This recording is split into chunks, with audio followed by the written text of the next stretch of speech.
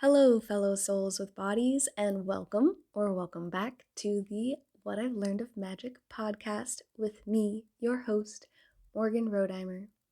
It's funny because I've now said that intro a few times now, and always in the middle of it, I worry I'm going to forget what I'm supposed to say. But this week is the Astrology week, as I mentioned in last week's episode about human design with Brenna. I'm so grateful for all of the newcomers to the podcast that came to hear both of us talking. It was really cool to see all the support, so thank you. But this week we are talking about the other spiritual tool that I love to use, which is astrology. Now, astrology is a little bit more my bread and butter than human design is. Human design is not only new for me, as I mentioned in the last episode, but I'm also still kind of like learning the ins and outs of it. Whereas with astrology, I feel like I've had a hyper focus on it for a few years now, and I've done readings for people for quite a long time as well. So this is sort of my expertise, so to say. But I get a lot of questions about people's natal charts, and I get a lot of questions about how to look at the daily transits, which is basically like the astrology weather, and how to read both in a way that is more clear, because sometimes the way it's described online, it just feels so general or sometimes like overly traditional. So I try to make it as layman's terms as possible. So hopefully that's what this episode will be for you. When I first came into it, this feels very full circle. I actually learned about astrology not only on a podcast, but that was like my main thing. I was listening to, I think it's like something about the stars with Eliza Kelly, and that's a really good podcast. I highly recommend. And I listened to that while working a data entry job and was like learning in-depth astrology, like reading like a textbook on it and taking courses at the same time. But it just feels very full circle to have been mainly learning about it through podcasts, and now here I am teaching it on a podcast. But I do want to say that if astrology hasn't resonated for you much in the past, it could be because you're only looking at what's called your sun sign. And your sun sign is the day you were born's zodiac sign. So, for instance, I was born May 22nd, so I am a Gemini sun. And what I kind of always resonated with it, but when I got into actual astrology, where you're looking at your natal chart, which is where all of the planets and other luminaries were when you were born and how they affect you, everything just became so much clearer, and I felt less like boxed in or stereotyped by just being a quote unquote Gemini. Especially when I learned about my rising sign and my moon sign and what's called your big six, which I will get into, don't worry. Now, if you've been into astrology or you've done CoStar or you enter your birth time on Snapchat, which is what I hear the kids are doing these days, you're going to know more about your big three, which is your sun, moon, and rising.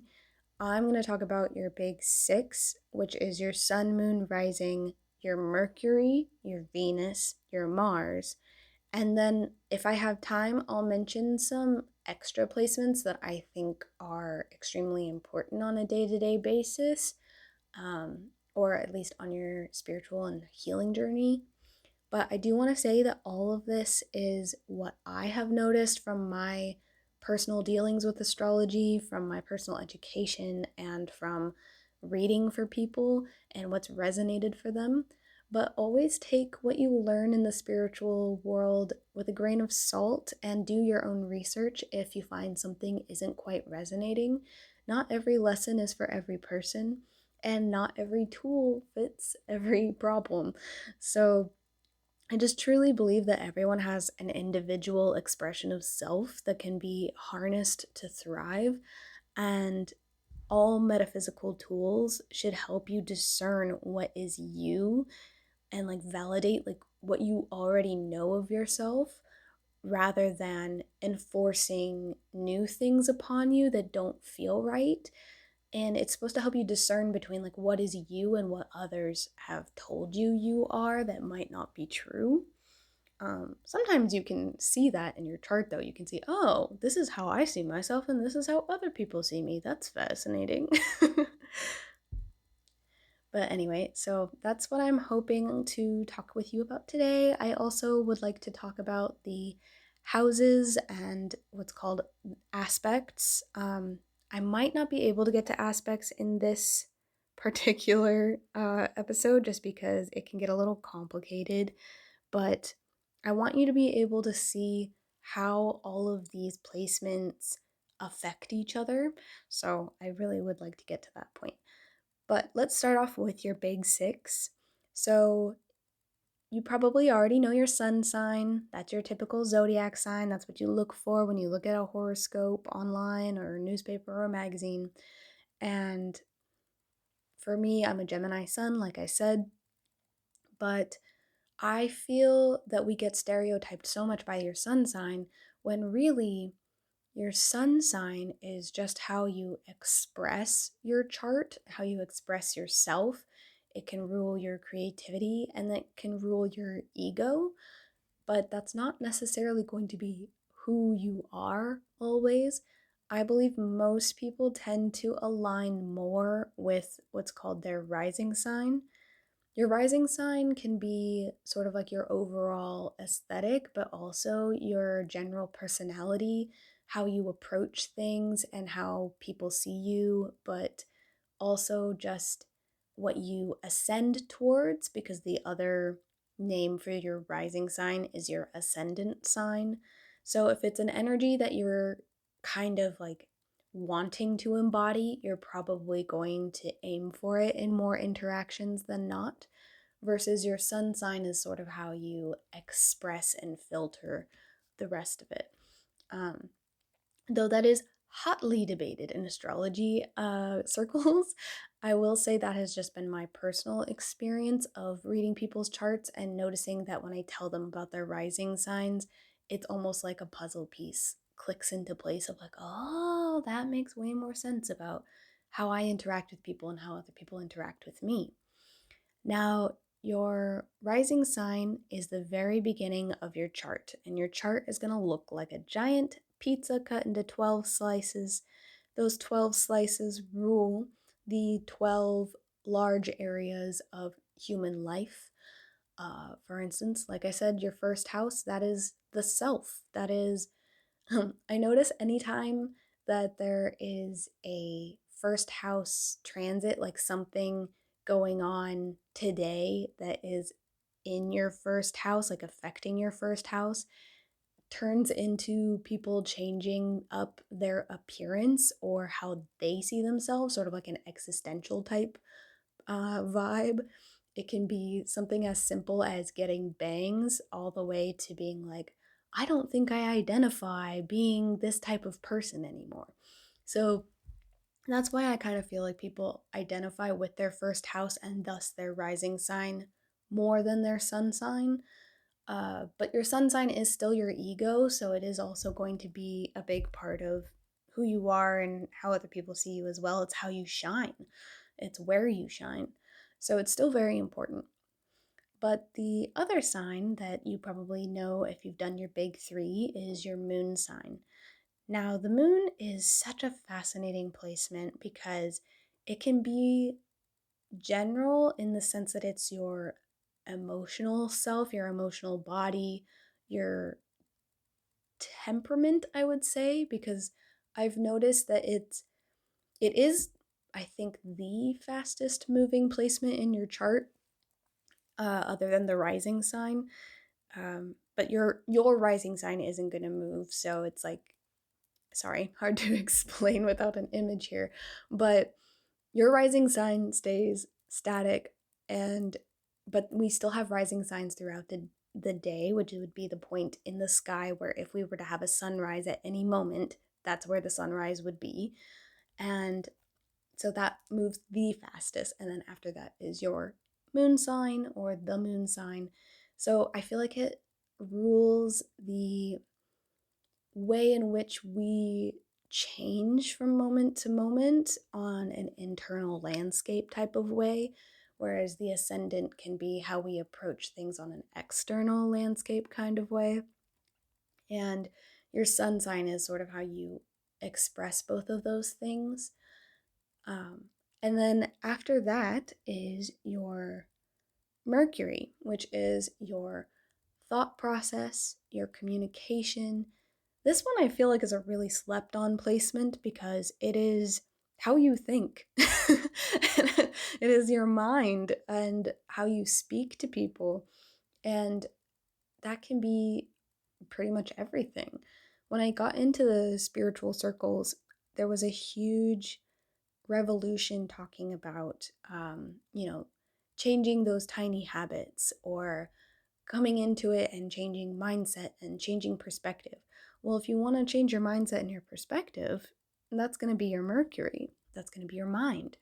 So don't sleep on your Mercury placement. That's how you talk to people, that's how you think about things. For instance, mine is in Taurus. So even though I'm a Gemini, which can be a very fast paced sign, Tauruses are a little bit slower and a little bit more patient. So those things kind of alchemize for me, where though I can talk a mile a minute about a lot of things, I do feel like compared to somebody with a Gemini Mercury, I'm a little bit more slow paced and a little bit more calm in general. And I like to be patient and thorough with thinking and speaking, whereas that's not the general energy for Gemini. Gemini is known for like being really fast paced and like just go go go all the time. And like I personally, with my two Taurus placements, I also have a Taurus Venus, which I'll get into Venus in a second. um I personally need a mental break a little bit more than most of my Gemini Mercury homies out there. They are inspiring to watch because it is like the actual Energizer Bunny made into human form. I think the only sign that maybe outdoes them for speed is maybe an Aries. But yeah, so even though I can keep up better than maybe some other placements could, I definitely am more slow paced compared to my fellow Geminis. Um, but then you have your Venus sign, and I feel like Venus is also a not slept on because I feel like people love to look up their Venus sign, but it's sort of misunderstood sometimes because yes, it rules your romantic inclinations. She is the goddess of love. She is going to rule that part of your chart. However, not everyone has romantic inclinations. And thus, I feel like there's this really beautiful modern understanding of Venus where she also rules what you value and what is important to you, the the things that you love, like not always in a romantic sense, sometimes in a platonic sense, or sometimes in a just like a for instance like your favorite show, your favorite music, the things that you're interested in, your hobbies, your aesthetic. I feel like your aesthetic can also be ruled by your rising sign, but that's more of just like a how you look and how you dress, whereas Venus is like how you want to look and how you want to dress. So there's a little bit more of that desire there. And which leads me to the other planet that rules desire, and that is Mars. Wow, I really feel like all of these kind of are sort of misunderstood from when I first was learning about them. But your Mars sign is very much about your ability to take action, your ability to initiate, your ability to fight for things, your ability to be brave and have courage. I feel like I did talk about this a little bit in the episode about self love because I was talking about the Mars and Venus conjunction in Aquarius. So apologies if this is a repeats, but maybe you've forgotten by now.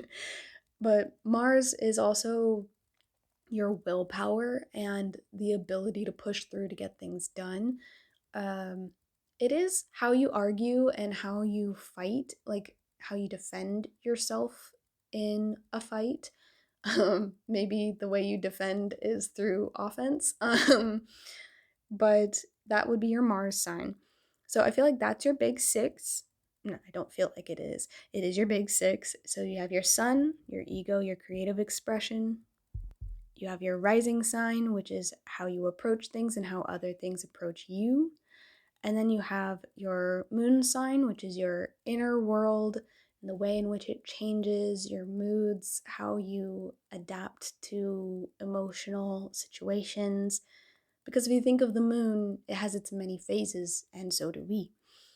Then you have your Mercury, which is your mind, your communication, basically like how you talk and how you listen and how you learn, and also kind of like how you perceive things, your perception of things.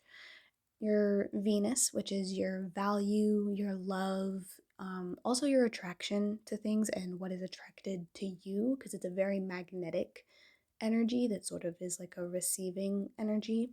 And then your Mars, which is your willpower, your fight, your action taken, how you defend yourself, how you want to go after things. And yeah, so that would be your big six. Now, as for placements, I think you should also look into. So, for some other placements that I think you could look into that have been really helpful for me on my self development journey, that would be your North Node and your South Node, your Chiron, your Juno, and your Midheaven. I will actually also say your Saturn, especially if you're from ages 27 to 32, because if you are from those ages, you either are in your Saturn return right now or have just finished it. And I do want to do an episode, I think, entirely on the Saturn return because it just really deserves its own episode. But yeah, I would definitely look into your Saturn as well. But your North and South node are known to be, your South node basically is like a comfort zone, a place where your natural gifts are from, like things that come naturally to you that you don't have to put much effort into happening. And your North node is where you leave that comfort zone, what you need to be learning and pursuing purpose wise this lifetime. So it can be anything from an energy you're supposed to embrace more of to perhaps like kind of like a job or a type of relationship. It all depends on where it's in your chart. But for instance, my North Node is in Capricorn and my South Node is in Cancer. So Cancer energy is very comfortable for me. I feel comfortable around people who have Cancer energy, and for me it shows up sort of as being able to understand like emotionally like what people are going through, but also feel like creating sort of those bonds with people has always kind of come naturally. And even just being spiritual and into witchcraft is kind of a stereotype for Cancer energy, being very intuitive. So that is a gift of mine, which I love. And then, but to not linger in the comfort zone, so that's where some negatives can crop up with your South Node. Um, while it has gifts and places where you feel comfortable, you have to be careful of not lingering too deeply there. And that can be, it's kind of like how I always describe it is it's the gift that you use to help you move forward, not necessarily like where you're meant to stay. So, for instance, with Cancer energy, I use that gift towards my Capricorn energy. And with Cancer energy, it's about the cardinal sign mother of the zodiac. So it's about creating the emotional structure of a home, whereas Capricorn is more about the physical and practical structures of a home. So that is something that I am learning this lifetime. I'm bringing my knowledge of the energy of motherhood and pushing it towards the energy of fatherhood, so to speak. And that can be similar to whatever's in your chart. Like, I know for the ages that I mentioned, you might have either a Sagittarius North Node or an, I think, Aquarius North Node. And for the Sagittarius North Nodes, you're leaving behind the energy of being a student, or the energy of I need everything to logically make sense and have all the facts laid out and all the intellectual, and like I can point to it and say this is it. Versus Sagittarius is more about life experience and wisdom. It's actually really funny because that one's a very literal leaving of your comfort zone, because Sagittarius is about exploring beyond where it's from, whereas Gemini is about exploring where it's from. And I always try to emphasize that you're not trying to get rid of your South Node energy. It is about just making sure that you're not letting it hold you back from your North Node energy. So, like, I'm not supposed to get rid of my ability to empathize with people and be intuitive.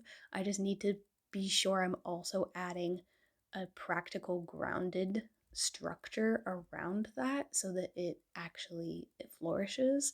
And with a Gemini South Node, you would still want to make sure to fact check things and have that rationale, but don't let it stop you from becoming the teacher, becoming the wise person, becoming the person who builds a life of experience and takes chances and travels and explores, versus staying in what you know. And then with Aquarius North Node and Leo South Node, they're learning how to take the focus from just worrying about themselves to worrying about the community at large. And they still, I kind of feel like a lot of people with those placements tend to thrive in the spotlight, and they're just learning how to take that attention that they naturally attract and use it for the greater good. Like, the spotlight's on them, but they're speaking about something that matters to them that's not them. So that could be what resonates for you. But of course, it all depends on what's in your chart and what your other placements are and how they all affect each other, which I will get into when we talk about aspects. Another important placement is your Chiron. Now, this one can be kind of hard because it is your deepest wound, and it can go back to childhood, or it can just be something that recurs often. And this placement can be kind of like, it's a very triggering placement for a lot of people, myself included. but but it's sort of a problem that keeps cropping up, that it feels like just that wound that just won't heal. But because it's something that you have gone through so much, you start to learn the medicine of it, sort of like you learn the anti venom to the venom, or you build up that tolerance to its poison so that if someone tries to poison you with that, it's hard or impossible because you've already been slowly sipping that poison your whole life type energy. But it's a very healing placement to learn about, because it can show where that wound crops up, and thus when it shows up in your life, like if there's a transit that hits your Chiron, you can sort of question if you're feeling triggered. You can be like, okay, is this just an old wound and an old narrative, or is this a new facet of that old wound that I need to address now? Um, I've been going through that one the past 2 months with all the Leo things because my Chiron is in Leo. So every time the moon was in Leo, I was like, oh, this is fun. But then after that, I would also say Juno. Now, Juno is an interesting placement because it is the goddess Hera, who is the mother goddess of all of the gods in Olympus. And, well, not all of them, but that's like her title, so to speak. But she was the goddess of marriage, which not everyone gets married and not everyone's looking to get married. So she also rules commitment, like long term commitment to things. And so I feel like a combination of her and Venus can show you like your commitment and your values to things. But yes, also on the romantic side of things, who you're attracted to, who you attract, and who you would want to marry would be similar to those placements. Um, one thing, if you're looking into synastry, which is where you're comparing your chart to somebody else's to see if you're compatible, I always give this little warning that the signs themselves don't have to be exactly the same for it to work. It is more about how healthy they express those signs. Like, I have met good and bad of every placement, and I could just say, oh, I completely swear off this sign because that person really hurt me. But then the next person I meet is like the kindest version of that sign I've ever met. So it's more about learning what they're bringing to the table nature wise and whether or not that's something you value rather than, oh, we're both the exact same or that sign goes with that sign, so we must be perfect for each other. Because that's not always the case. However, if it is that natural compatibility and they're healthily expressing it, it is generally a pretty good match, even for and for business reasons. So just bear that in mind. Another thing that I have realized though, and this has actually been when I've been paying attention to daily moon transits, like what sign the moon is in that day, is sometimes it's not about like oh, my moon sign is this and their moon sign is that, or like my Venus is in Taurus, so that means I just like love every Taurus, and it's like that's not always the case. Sometimes it's what Taurus represents, which is stability, practicality, the five senses. So like I love music and food and soft things and pretty things, and it's ruled by Venus, so like I love romance, and that's just kind of like, but that's also just like one isolated part of your chart, and that's not intermixing like the fact that I also have an Aries Mars, which means that the way in which I go after things can sometimes be very fiery and passionate and somewhat impulsive.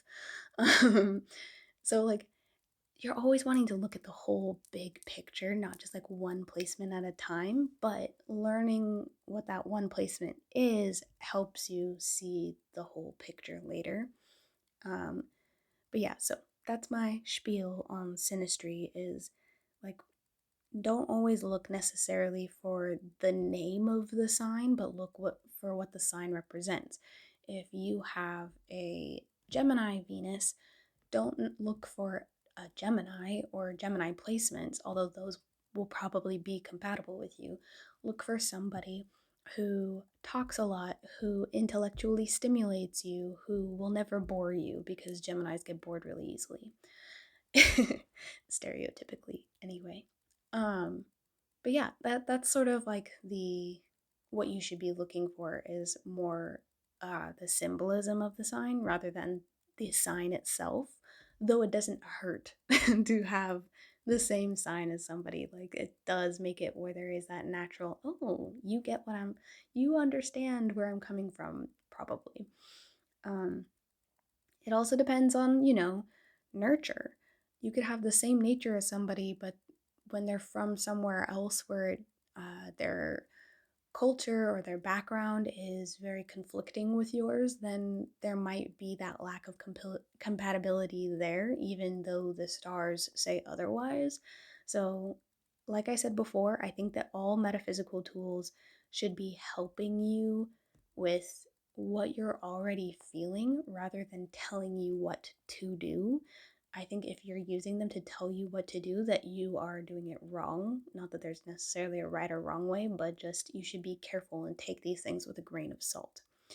Um, and the last placement that I think you should always look up is your midheaven, which is similar to your rising sign, except you have less control over it. It is the very top of your chart. It is your world reputation, it is your legacy, and it is your career persona. So it's usually, no matter what job you're in, when you're in sort of a professional environment to do with your higher purpose or your higher calling, you tend to behave like this sign. Um, for instance, I'm a Virgo midheaven, so every time that I do something that I am very passionate about and that I love, I can be very analytical and a little bit of a perfectionist. And I also like to be a little bit wordy. Virgo's the other Mercury ruled sign, like Gemini, so they both are very wordy. Um, but yeah, they're very analytical, very organized, which is funny because if you look at the rest of my houses in my life, that's not always the case. But when it comes to my career persona, that is me. And so those are the big six plus some extra placements. And I would also say, yeah, actually, yeah, so let's go into the houses. I was going to say some other placements, but I think those are good to start with for now. I'll talk about Saturn in the Saturn return episode because this is already getting kind of long. um, so, your houses. When you're looking at your chart, there are 12 houses, and it starts with the first house on the left hand side. I highly recommend using either astro.com or astro-seek.com. They have really good free resources to use to look up your birth chart. I personally use the Time Passages app because it's really easy to have a bunch of people's charts all in there, but that's because I use it a lot for professional reasons. Um, but it is also free unless you're using a bunch of charts, and then I think it's like $3 or $4 or something. Not sponsored, although open to it. But yeah, so your 12 houses. So your first house, like I mentioned, is the self, the body, the aesthetic, your first breath, your existence, like you existing is your first house. So it's going to affect a lot of how you approach the world and what you look like. Your second house, I think I mentioned this in the beginning, though I have done a few takes of this episode, so maybe I didn't mention it yet, but your second house is ruled by Venus. Oh, your first house is ruled by Mars and Aries. Now, here's where things get a little complicated. So before I go into the houses, your every house traditionally has two rulers, a planet and a sign. But when you're looking at your chart, the planet and the sign is going to be unique to you. It's not going to be, not everyone is going to have their first house in Aries, but traditionally the first house is ruled by Aries. Like if it was just a blank slate and we weren't looking at a specific day, it like would reset to Aries. So, because it is the first sign of the zodiac, so it rules the first house. And the planet that rules Aries, and thus the first house, is Mars. Okay, hopefully that made sense. Please ask me questions on my Instagram if you want to. I am always open to chat about astrology, and I can do further deep dives on astrology on this podcast, so I'll see what the frequently asked questions are. So, first house, ruled by Mars, ruled by Aries, the first sign of the zodiac, that first breath, that first initiation of life, right? The second house, we've settled into being alive and now we're exploring. We're looking at things. We're ruled by Taurus, which is a very grounded, earthy, sensual sign because they want to take their time and savor things. They're discovering the world for the very first time. And they're ruled by Venus, so it's that slow, soft, sensual energy. very patient, but very hardworking too, because they kind of want to be thorough and they get things done, but they're not going to rush it because they're like, we don't know when the next time is that I'm going to be able to eat this grape. This is the first time I've even seen a grape. So I don't know if this is the only grape I'm ever going to see. So that's sort of the energy of Taurus. And when you're in the second house, it's sort of like we're lending that to what we value and what our value is and what we are bringing to the table. Like, what grapes are you bringing to the table? And that can be kind of why Tauruses are known for being sort of like really good gift givers, but they also do love to receive gifts. So, second house is very much about like physically what belongs to you, but also energetically what belongs to you, because it is about like the time and energy that you put into things. Yeah, so I feel like your second house is your values, your possessions, what belongs to you, and what you are naturally bringing. Now we go to the third house, which is ruled by Gemini and Mercury, and that is going to be your communication. That's going to be how you learn. Now, this is where some of the houses get kind of weird because it also rules like your neighborhood you grew up in, your cousins, your really close friends, your siblings.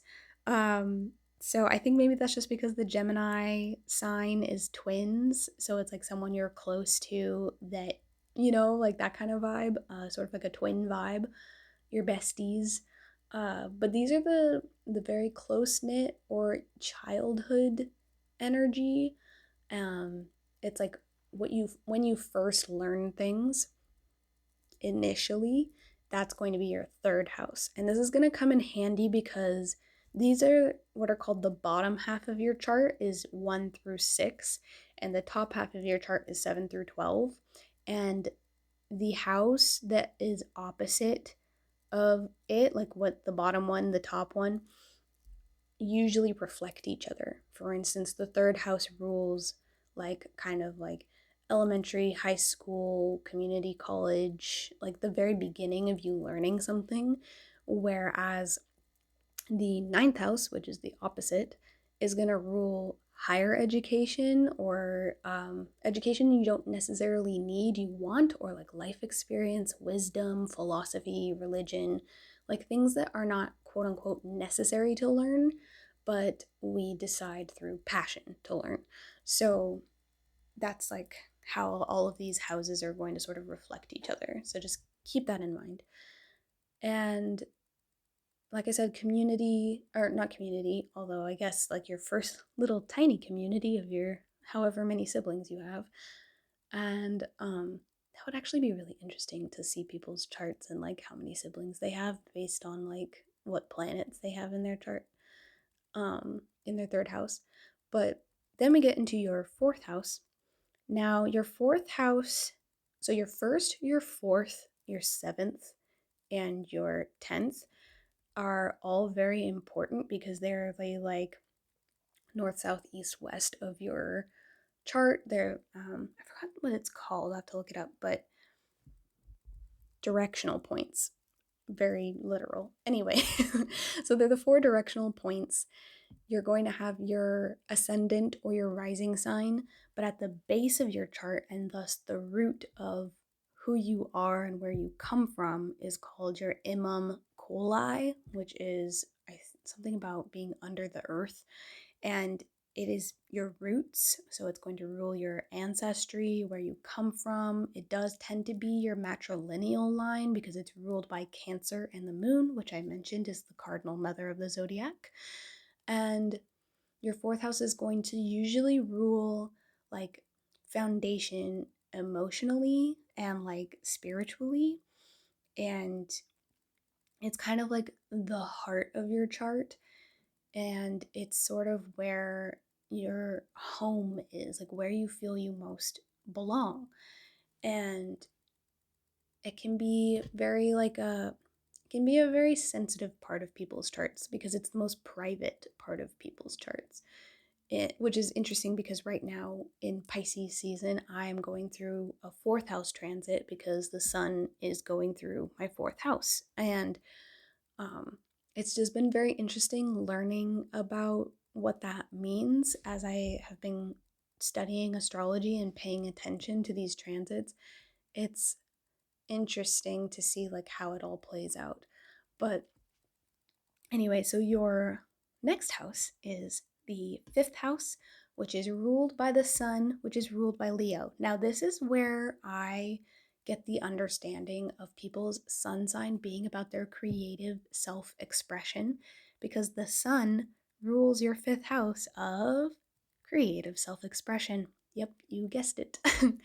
And Leo is kind of like that as well, but both the sign of Leo and its ruling planet, the sun, have this energy of knowing that they deserve to shine, and not even just like knowing, they just do whether they want to or not, and whether you like it or not. And so in your fifth house is where you shine whether you want to or not. And it's a very creative and fun and kind of sexual, apparently, because it also rules procreation and children, because it's creativity. So anything you create, even if it is life, is ruled by the fifth house.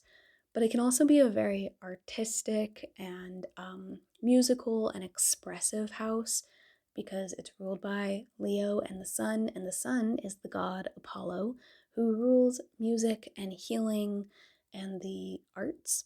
So, very expressive, very creative in all senses of the word, and that is the fifth house. The sixth house, in very big contrast, is ruled by Virgo, and again, Mercury, because Mercury rules Gemini and Virgo. Virgo is, like I said before, very analytical, very organized. I find that I meet two different kinds of Virgos. Sometimes it overlaps, but there's usually two types of Virgos. There's the Virgos that are so organized and everything has a system and a color code and post-its, and they like everything has like a box and a place it goes. And then there's the Virgos where everything has to be hygienic. So it's not necessarily that they have like a system of where everything's being kept, but they're gonna scrub everything down, including themselves, in like Lysol and hand sanitizer. And that's because Virgo is all about putting things in order and keeping things clean and healthy. They are the sign that is preparing for the fall and for the winter harvest, or like for the fall harvest and thus the winter. So they have to think ahead a lot, and that can show up either in, like I said, in organization or in their physical health of like, how am I going to survive the winter? And that's why, like with Leo, they're like, oh, look at all of this abundance, like all of the trees are growing fruit, it's sunny, like I don't really have to think about any of like that, I'm just gonna enjoy what I have right now. And then Virgo's like, oh shit, it's about to be fall, I need to get my shit together, I need to make sure that all my family are healthy, that I'm healthy, that we have all of our ducks in a row, that I've sorted all the potatoes and I've pickled everything. So that's like your sixth house kind of lends itself to that. It's your routine, it's your day-to-day life, and it is your kind of like your health physically, though sometimes also mentally, because it is ruled by Mercury. Um, this is an interesting one for me because I have my Mercury and my Venus in the sixth house. And as a witch, I've learned that it has lent itself to me being really appreciative of what's called mundane magic, which is taking everyday items and making them more magical or more enjoyable. And I I guess I think about it a lot. It also has given me a strange obsession with office supplies, which is a really funny modern interpretation of having your Venus in the sixth house, is really loving journals and pens and post-it notes, and staplers are pretty cool. Anyway, that's just me though. And then the seventh house. Now, this is another one of the four directional points, and it is also a part of people's charts that I get asked about a lot because people want to know about their life partner, and the seventh house tends to rule your life partner. Now, again, when it comes to synastry, it is not literal, it is the energy and the symbolism. Can it be literal? Yes. For me, it's been literal pretty often. Not necessarily in the seventh house, but with other placements, I have noticed it being very, very literal. But with the seventh house, it is ruled by Libra and Venus. So Venus rules the second house and the seventh house, and Taurus and Libra, just like how Mercury rules Gemini and Virgo. And Libra is where Taurus is learning about how to love the physical and the sensual side of things. Libra is about the mental side of things, so how we communicate our love to people. But it is also about harmony because it's ruled by the scales. And thus, in bringing forth harmony, we bring forth the part of Venus that is about justice. People don't really know this about Aphrodite or Venus, but she was also a war goddess before she was relegated to only being a love goddess. But she is sort of about how to bring forth the form of love that comes through karma, through justice, in the sense that, like, if you truly are in alignment with the love of humanity and like your fellow person, that you're going to want the scales to be in the side of good, right? So, and in the side of what we value as a society. So that tends to be Libra. And in the seventh house, it can represent your partner. Um, what balances who you are. And it also rules contracts. I think this is also why people say it rules like who you marry, because it is not only a romantic venture but a legal one. So that's something to keep in mind. But I have also noticed that where I've seen in the astrology community people talking about how the seventh house can also rule your shadow self, and that's not necessarily like the parts of yourself you don't like, but it's maybe the parts of yourself you don't see as well. um Other people might see it, or other people might bring it out as like a mirror or reflection, but it's harder to see than your ascendant, where it's like I exist as my first house, and then the seventh house is directly opposite, so it's like I don't really see that part of me, but I know I have it. My Gemini sun is in the seventh house, so that's been a very fascinating venture of being like, I see myself as a Gemini, but I also don't see myself as a Gemini. Um, yeah, it's been very interesting. But also, it's been interesting with my son in the seventh house because you would think that that meant I had to like constantly be with a partner. And what I'm learning is that it also means making sure that you are your own partner and learn like secure attachment versus codependency. So just be careful if you have seventh house placements that you're not blending into the people that you're with, and have that like healthy set of boundaries. And then after that is, I would say, the eighth house and the 12th house. All the water sign houses, actually. So the fourth, the eighth, and the 12th are the like weirdest to explain to people. But I find that talking about their opposite house really helps. So the eighth house is ruled by Scorpio and ruled by Pluto, or Mars in the traditional sense.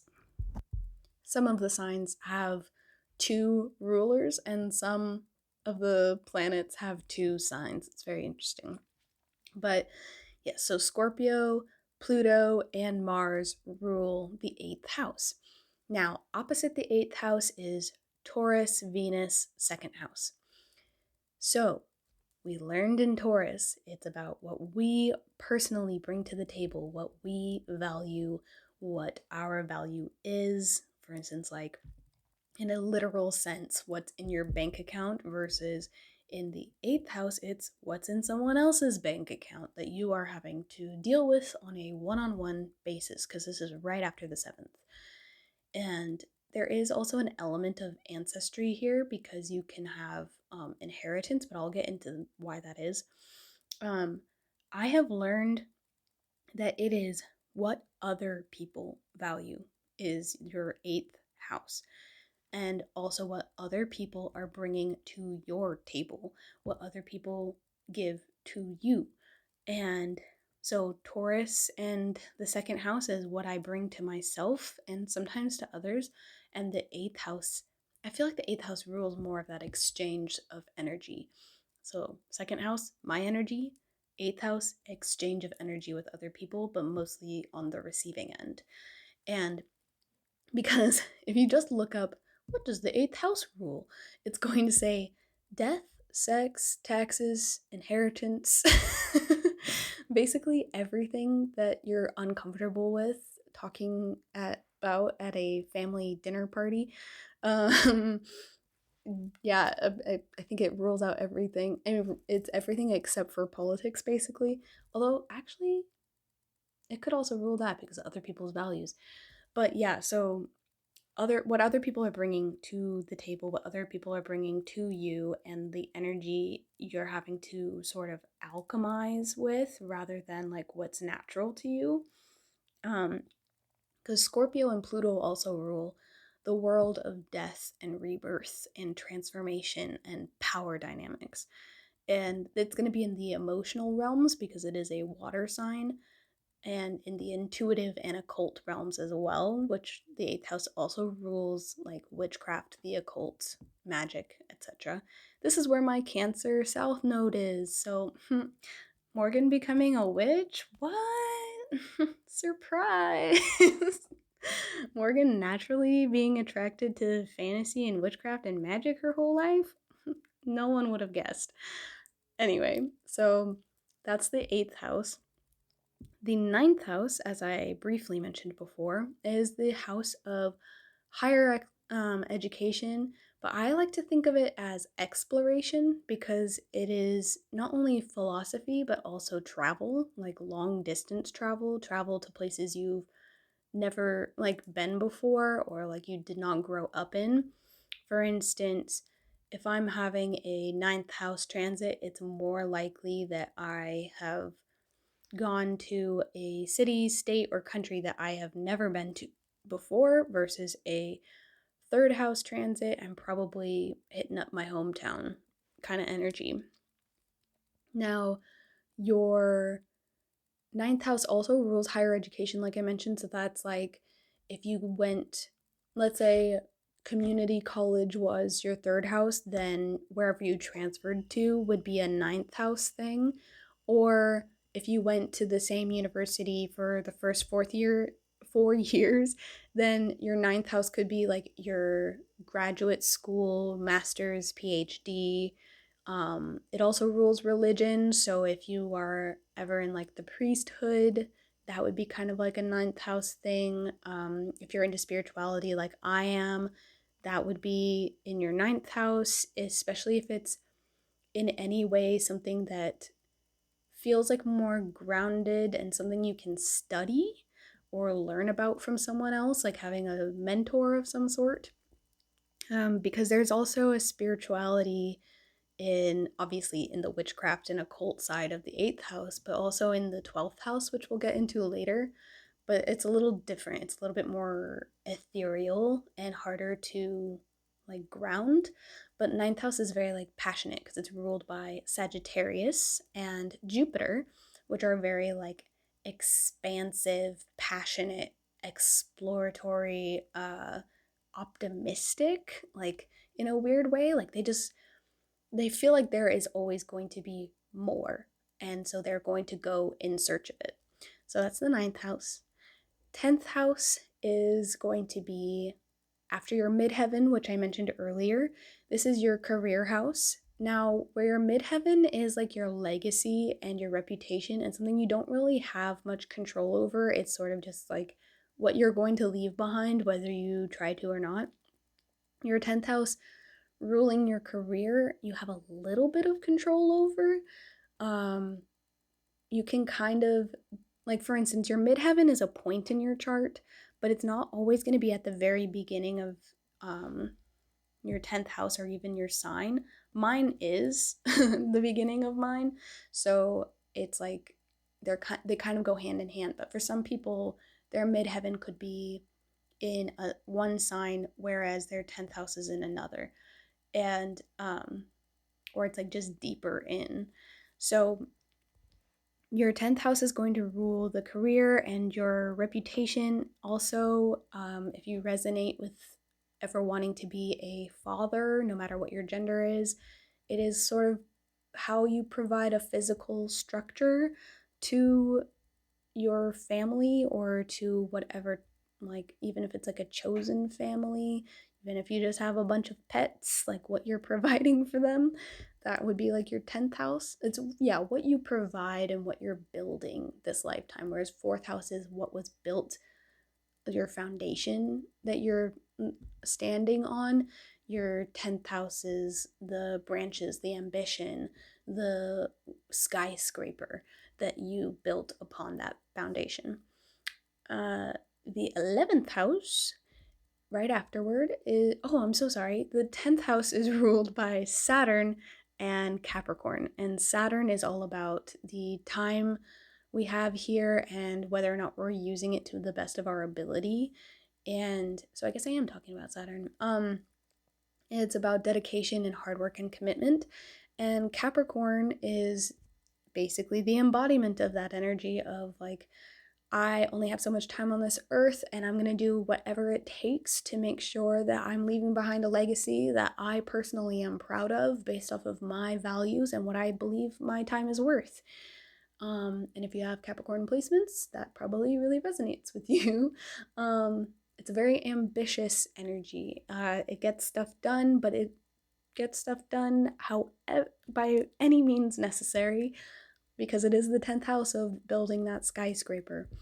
And then the 11th house, in contrast, is ruled by Aquarius, who is co ruled also by Saturn, but also by Uranus. So, Uranus or Uranus is a planet with a very weird orbit.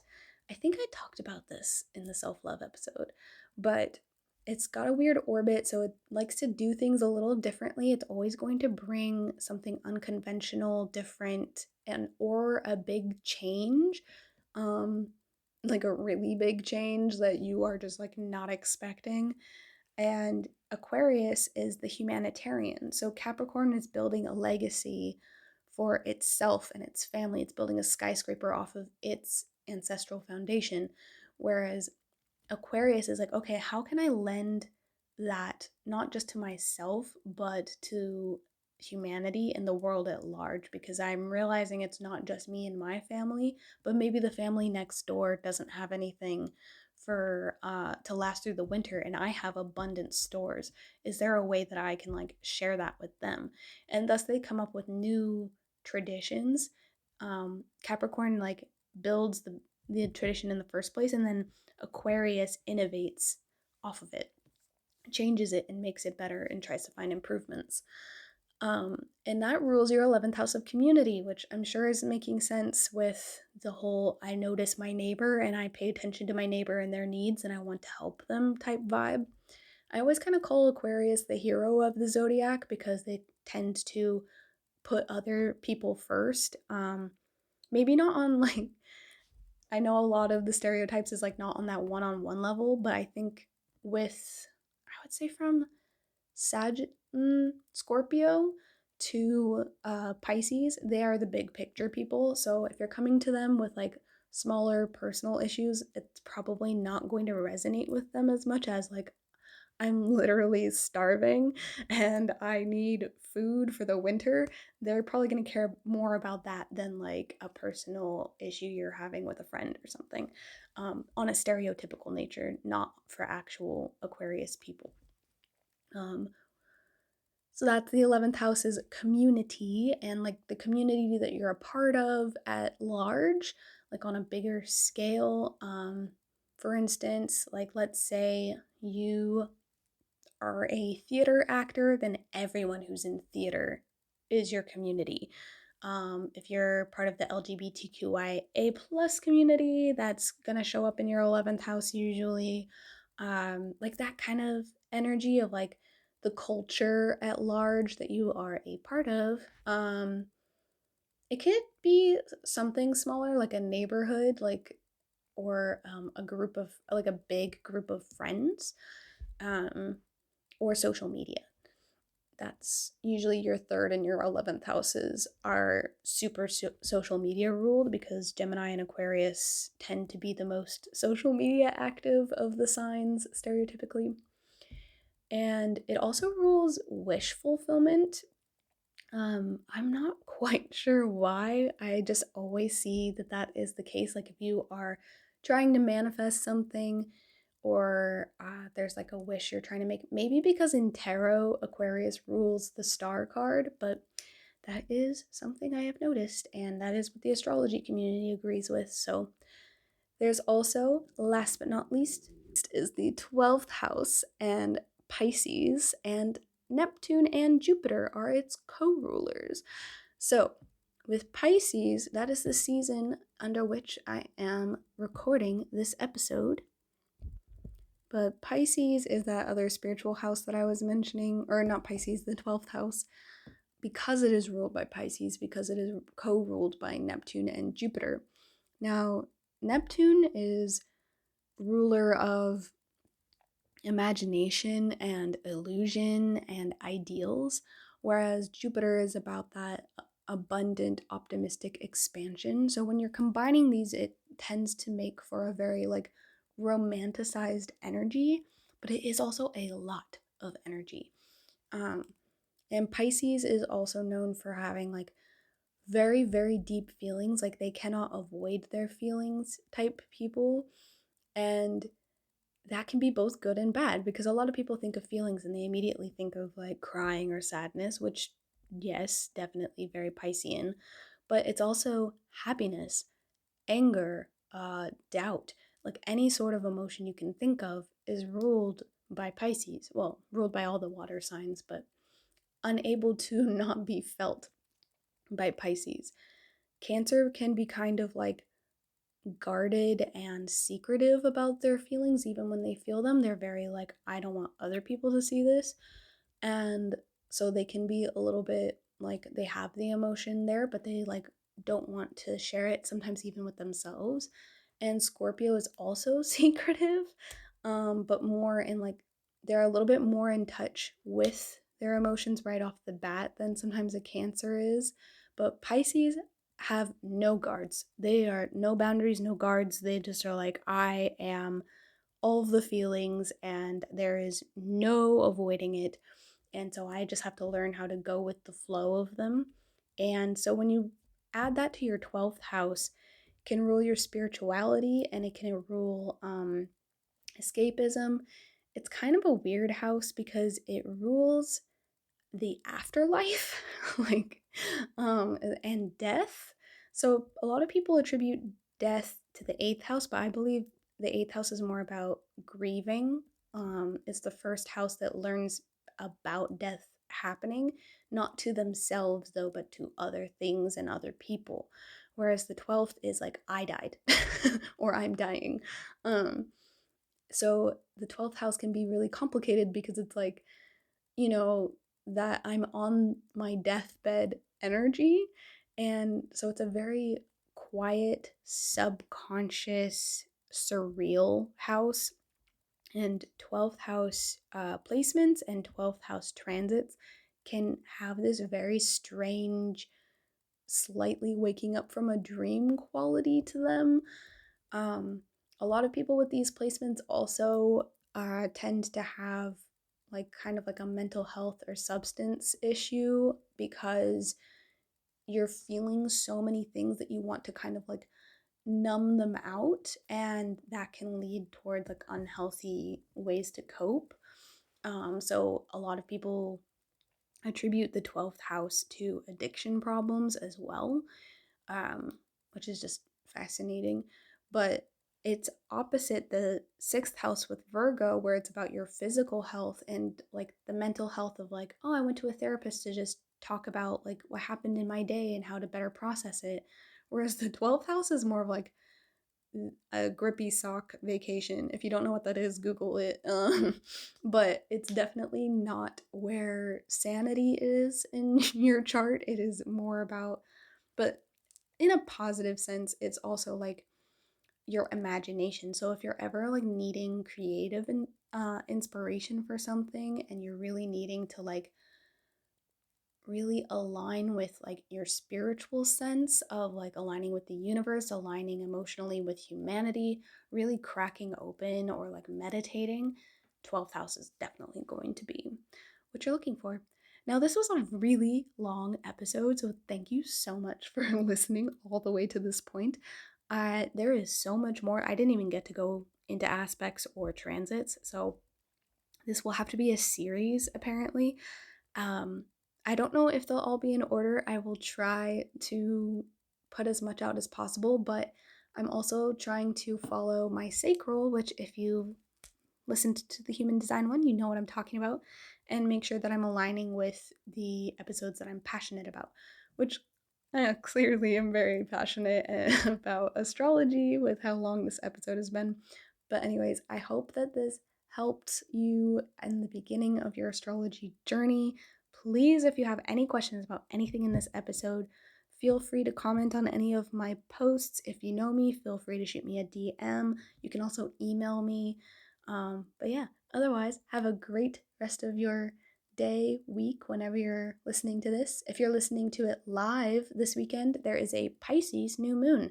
So, a really great time for an emotional or spiritual new start.